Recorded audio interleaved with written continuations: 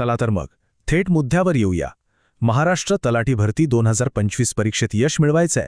या विश्लेषणामध्ये आपण एक अशी ठोस आणि प्रभावी रणनीती पाहणार आहोत जी यशाचा मार्ग नक्कीच सोपा करेल. बरं, तलाठी परीक्षा जिंकायची म्हणजे नेमकं काय करायचं? हा प्रश्न मोठा आहे, पण त्याचं उत्तर फक्त माहिती गोळा करण्यात नाहीये, ते आहे एका पक्क्या ॲक्शन प्लॅनमध्ये. चला, आपण मिळून एक असा रोडमॅप बनवूया जो थेट यशाकडे घेऊन जाईल. ठीक आहे, तर आपला रोडमॅप कसा दिसणार आहे? सगळ्यात आधी यशाची पहिली पायरी, मग अभ्यासक्रमावर विजय कसा मिळवायचा, त्यानंतर हुशारीने अभ्यास कसा करायचा आणि शेवटी विजयाची फायनल रणनीती. चला सुरुवात करूया. आपला पहिला विभाग, यशाची पहिली पायरी. कोणताही खेळ खेळण्याआधी त्याचे नियम समजून घेणं किती महत्त्वाचं असतं, नाही का? तलाठी परीक्षेचंही अगदी तसंच आहे. आता इथे एक गोष्ट बघा जी खूप इंटरेस्टिंग आहे.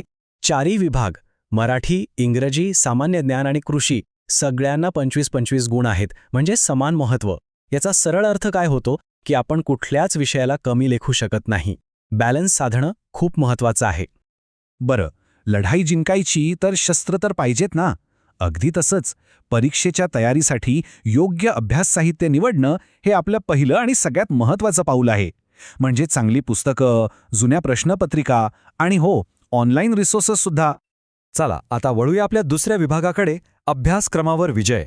म्हणजे एक एक करून प्रत्येक विषयाचा सविस्तर आढावा घेऊया आणि सुरुवात करूया आपल्या हक्काच्या विषयांपासून, मराठी.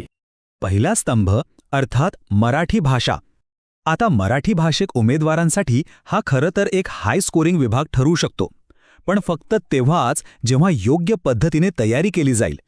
आता हे विषय बघा, समानार्थी शब्द, विरुद्धार्थी शब्द, वाक्प्रचार. आपल्याला वाटतं हे तर सोपं आहे, पण अनेकदा सगळ्यात जास्त गोंधळ इथेच होतो. म्हणून या सगळ्या घटकांचा नियमित सराव करणं प्रचंड गरजेचं आहे. म्हणूनच एक सोपी पण अत्यंत प्रभावी टीप आहे. रोज मराठी वर्तमानपत्र वाचा. ह्या एका सवयीमुळे शब्दसंग्रह आणि व्याकरण दोन्ही नैसर्गिकरित्या सुधारेल. वेगळा वेळ काढायची गरजच नाही. आता येऊया इंग्रजीकडे. अनेकांना हा विषय थोडा कठीण वाटतो, नाही का? पण चांगली गोष्ट ही आहे की तलाठी परीक्षेसाठी आपल्याला इंग्रजीचा एकदम पंडित व्हायची गरज नाहीये. फक्त मूलभूत गोष्टींची पक्की समज असली ना तरी पुरेसं आहे. हे बघा, हे आहेत इंग्रजी व्याकरणाचे मुख्य आधारस्तंभ.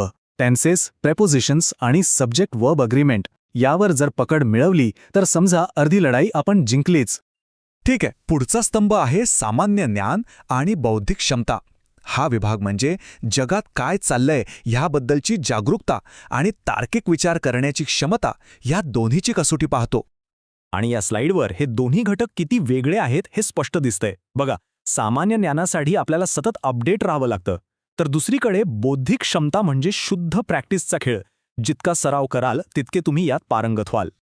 आणि आता येतो तो चौथा आणि कदाचित सगळ्यात महत्त्वाचा स्तंभ, कृषी आणि ग्रामीण विकास.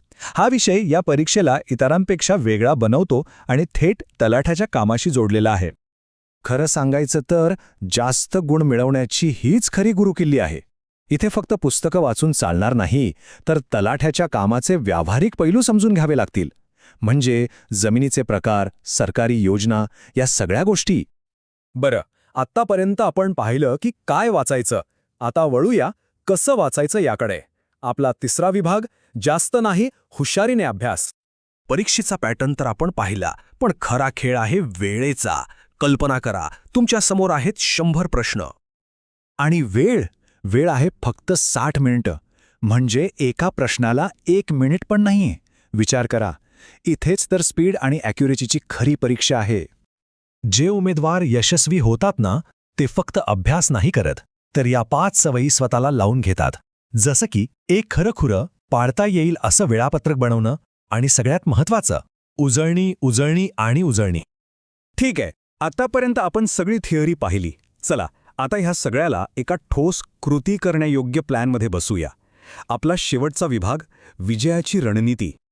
हे बघा, हे फक्त एक उदाहरण आहे, एक नमुना वेळापत्रक. पण यातून एक गोष्ट अगदी स्पष्ट होते, ती म्हणजे बॅलन्स. प्रत्येक विषयाला योग्य वेळ दिला आहे आणि विशेषतः शनिवार बघा, पूर्णपणे मॉक टेस्ट आणि त्याच्या विश्लेषणासाठी ठेवला आहे. कारण आपण कुठे चुकतोय हे समजल्याशिवाय सुधारणा कशी होणार, बरोबर? एक गोष्ट लक्षात ठेवा, लवकर सुरुवात, सातत्य आणि एक स्मार्ट प्लॅन हे 3 मिळून यशाचं समीकरण तयार होतं. तलाठी भरती परीक्षेत यश नक्कीच आवाक्यात आहे. तर आता तयारीला लागा. खूप खूप शुभेच्छा.